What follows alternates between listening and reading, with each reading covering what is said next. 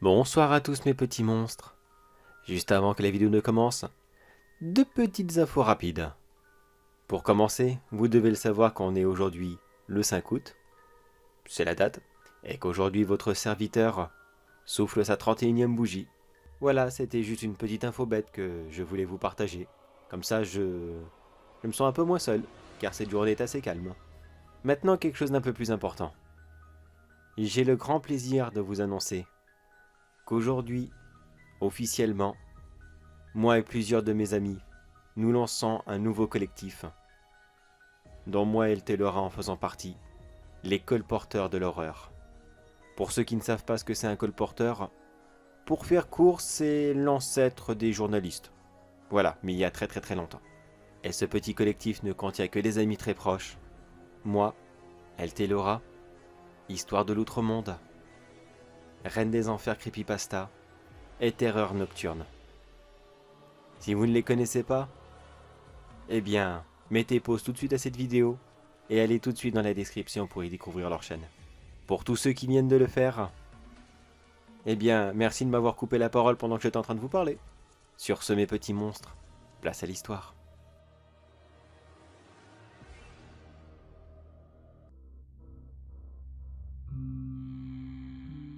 Pourquoi ils veulent pas m'écouter? Pourquoi ils sont toujours bornés comme ça? Ça fait des jours et des jours que j'essaye. Je me tue à essayer de leur faire comprendre qu'il faut pas rester là. Il faut partir. Pourquoi? Je sais pas. Je sais pas du tout. Là, je suis là, dehors, en train de regarder, mais... Et je peux rien faire en plus, ils m'ont enfermé, je suis là tout seul à penser bêtement à ce qui va arriver maintenant.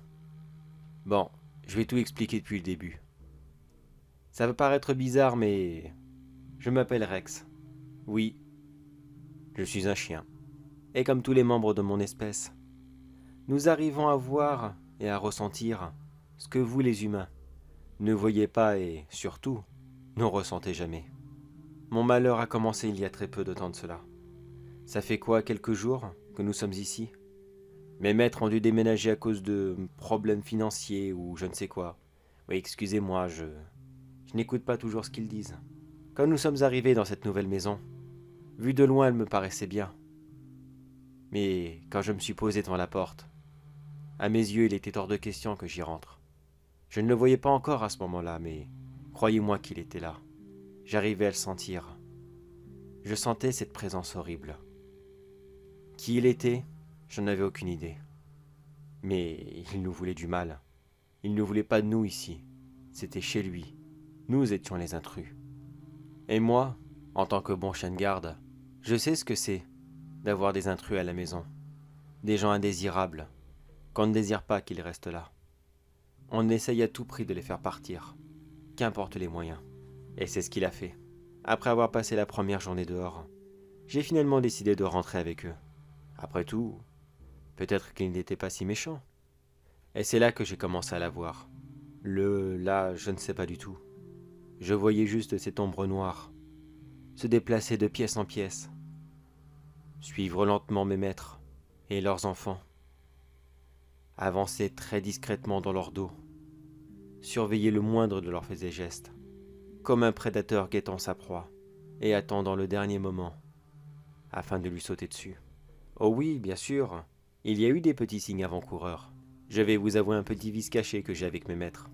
J'aime bien regarder la télé avec eux de temps en temps. Bon, je suis pas très sûr de savoir exactement ce qu'il se passe, mais...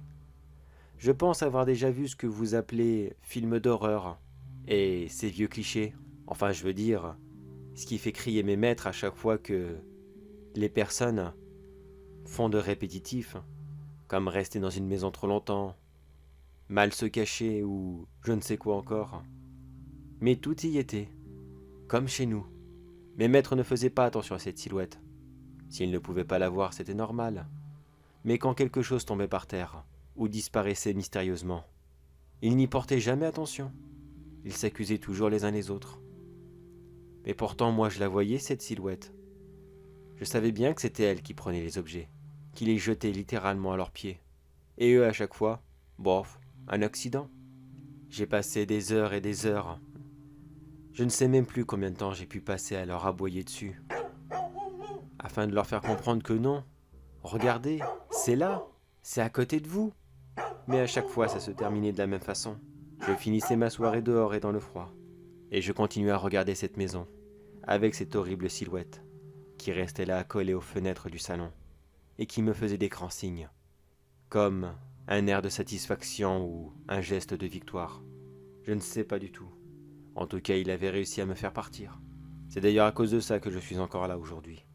J'ai finalement été puni pour la dernière fois aujourd'hui, car cette masse noire, ayant décidé de passer à l'étape supérieure, a attrapé une grande quantité d'objets tranchants afin de leur lancer dessus. Des couteaux, des ciseaux, une véritable collection d'armes blanches. Alors que toute ma famille était blottie sur le canapé à regarder un film, cette avalanche de la mort était prête à se déverser sur eux. Mais sans réfléchir, et à la dernière seconde, j'ai littéralement bondi devant eux afin de les faire réagir. Mon intervention surprise a eu comme réaction, pour ce fantôme, de le surprendre et de tout faire tomber par terre. Mais je vous laisse deviner bien sûr qu'aux yeux de mes maîtres, il fallait bien une explication logique et surtout un coupable. Après s'être concertés entre eux sur qui avait bien pu le faire, ils en ont finalement convaincu que c'était moi. Et ils ont décidé de m'enfermer dehors pendant un temps indéterminé. Et maintenant je suis là, après leur avoir sauvé la vie. Est-ce que je regrette? Non. Non, absolument pas. Croyez-moi que s'il faudrait le refaire, je le referai immédiatement, sans même réfléchir, sans hésiter un seul instant. Mais là, je ne peux plus. Il est 2 heures du matin et je sais très bien qu'ils dorment profondément. Enfin, du moins, la plupart d'entre eux dorment encore. Je vois cette ombre, cette monstrueuse créature, monter les étages les uns après les autres. Elle a d'abord commencé par la chambre des parents qui était au rez-de-chaussée. Je les ai rapidement entendus crier quelques instants.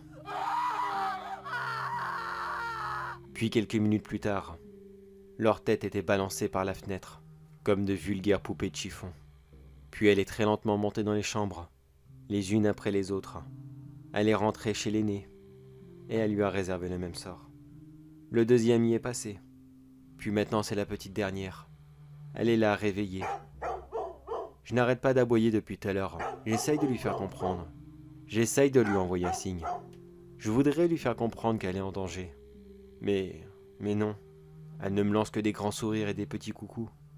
La seule expression que j'arrive à voir sur son visage, c'est d'être désolé pour moi, que je dois passer la nuit dehors, dans le froid, alors qu'elle, elle se trouve bien au chaud. Mais en réalité, elle ne se trouve même pas dans une vraie maison, mais plutôt dans une gigantesque tombe, et qui de plus sera bientôt la sienne.